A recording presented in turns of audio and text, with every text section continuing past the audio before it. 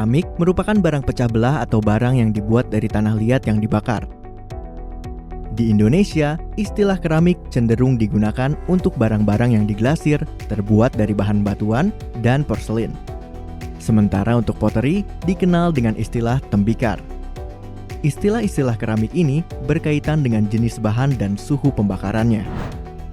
Sejauh ini, hasil penelitian arkeologi telah menemukan banyak keramik dari berbagai negara, yaitu Cina, Vietnam, Thailand, Myanmar, Khmer, Jepang, Persia, Arab, Turki, dan Eropa.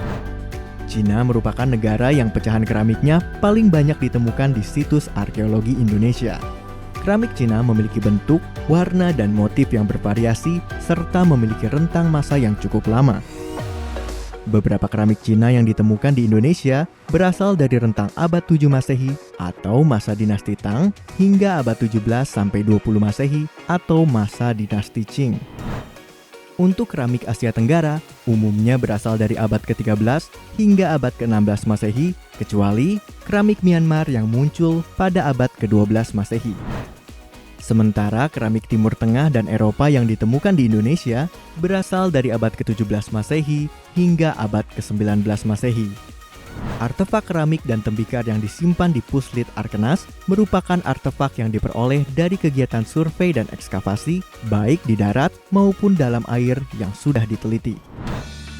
Untuk keramik hasil ekskavasi pada kotak gali, teknik block lifting dapat digunakan dengan bahan poliuretan atau kasa gips sebagai metode pengangkatan. Sementara pada underwater archaeology tidak hanya fokus pada pengangkatan, namun harus diikuti perencanaan konservasi yang matang. Karena setelah diangkat dari dalam air, artefak lebih rentan mengalami kerusakan. Oleh karena itu, tindakan pengangkatan harus disertai dengan upaya konservasi yang sistematis. Konservasi memegang peran penting dalam upaya melindungi dan mempertahankan artefak dari kerusakan dan kehancuran yang dapat diakibatkan oleh faktor lingkungan, mikroorganisme, dan kerusakan kimiawi. Konservasi arkeologi merupakan upaya untuk menyelamatkan artefak. Konservasi memiliki dua fungsi utama, yakni preservasi dan restorasi. Preservasi adalah penanganan pada artefak untuk mempertahankan dari kerusakan, kerapuan, atau kemunduran dari artefak, dan biasanya dilakukan usaha untuk menyesuaikan artefak dengan lingkungan baru. Sementara restorasi adalah penanganan untuk mengembalikan artefak sesuai dengan bentuk aslinya atau bentuk ketika awal dibuat dan dapat dilakukan modifikasi materi untuk mengganti struktur atau bagian artefak yang rusak atau hilang. Biasanya diberi tanda agar mudah dikenal.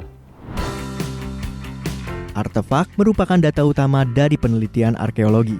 Oleh sebab itu, proses konservasi tidak boleh mengubah bentuk atau keasliannya maupun mengubah atribut yang melekat. Objek yang akan kita konservasi ada dua, yakni gerabah dan keramik. Gerabah yang akan dikonservasi merupakan hasil ekskavasi dari situs Trowulan pada penelitian tahun 1976. Sementara keramik yang akan dikonservasi adalah keramik hasil survei dari Danau, Kepulauan Natuna, hasil penelitian tahun 2019. Proses konservasi terdiri dari 6 tahapan, yakni observasi, persiapan alat dan bahan, dokumentasi sebelum proses, pembersihan, penyambungan, dan dokumentasi hasil akhir.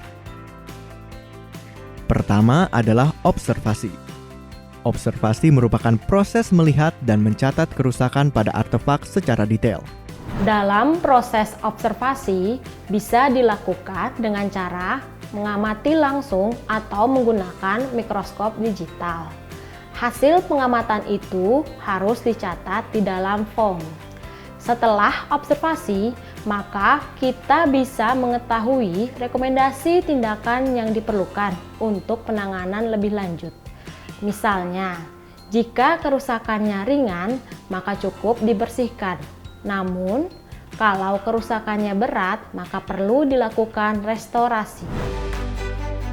Kedua adalah persiapan alat dan bahan. Berikut alat dan bahan yang dibutuhkan.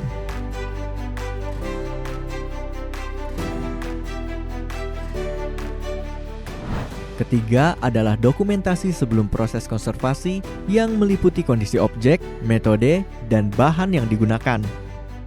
Sebelum direstorasi, dilakukan dokumentasi yang tujuannya untuk mengetahui kondisi awal. Keempat adalah pembersihan yang pemilihan metodenya disesuaikan dengan hasil observasi objek. Pembersihan dapat dilakukan secara mekanis, pembersihan kimia, dan pembersihan garam. Dalam proses pembersihan gerabah, hanya perlu dilakukan pembersihan kering dengan kuas karena secara kondisi cukup baik, tidak berpori, dan tidak berglasir. Hanya ada akumulasi debu.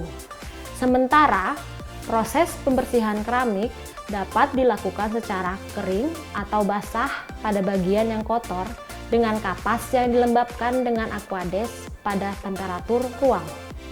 Saat kondisi keramik cukup stabil, glasirnya utuh dan tidak ada kerak atau endapan. Kelima adalah penyambungan atau dikenal dengan istilah restorasi. Proses penyambungan keramik dimulai dengan membersihkan bagian pinggir pecahan keramik menggunakan cotton bud dan larutan aseton. Khusus untuk tembikar, pada bagian pinggir tembikar harus dikuas terlebih dahulu menggunakan lem ancor 35% karena memiliki bagian yang berpori. Dalam proses penyambungan artefak keramik ini dapat menggunakan perekat.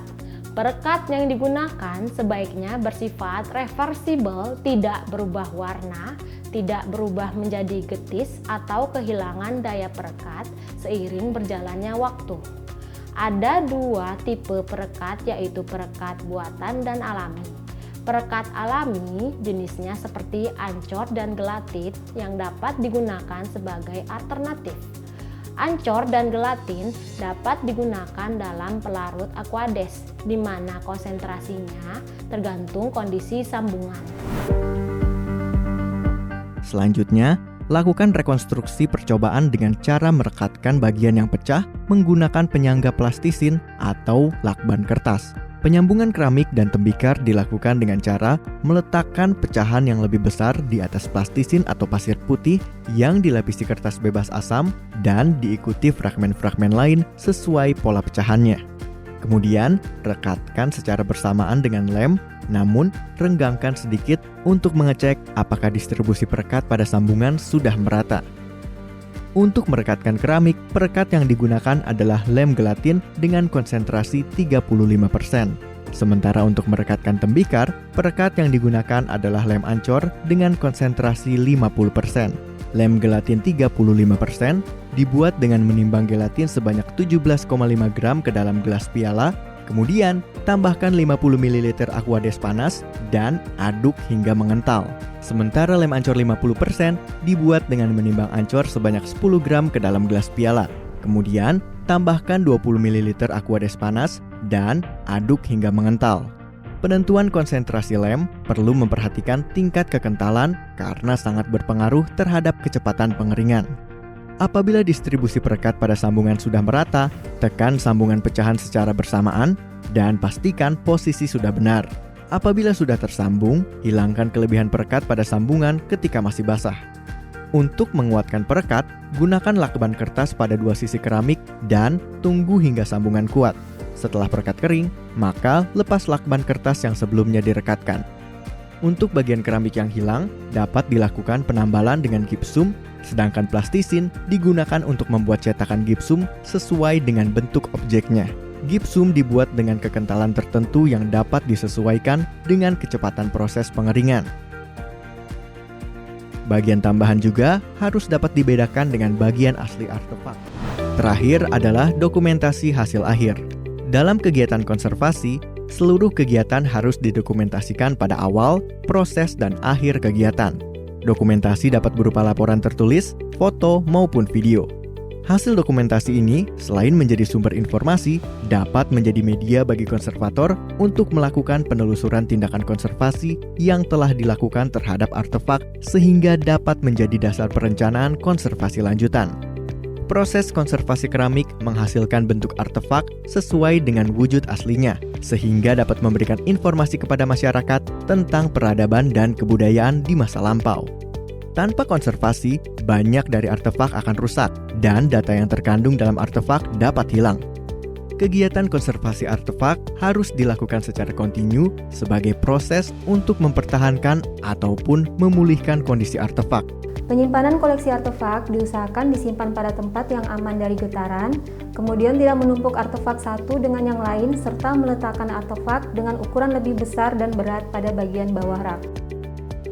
Pada dasarnya, konservasi tidak bersifat menghentikan proses degradasi benda, namun mengendalikannya agar usia barang menjadi lebih lama. Sudah menjadi tugas dan tanggung jawab kita untuk melestarikan dan merawat benda arkeologi sebagai bukti peradaban bangsa, karena tidak ada masa depan tanpa melihat sejarah masa lalu.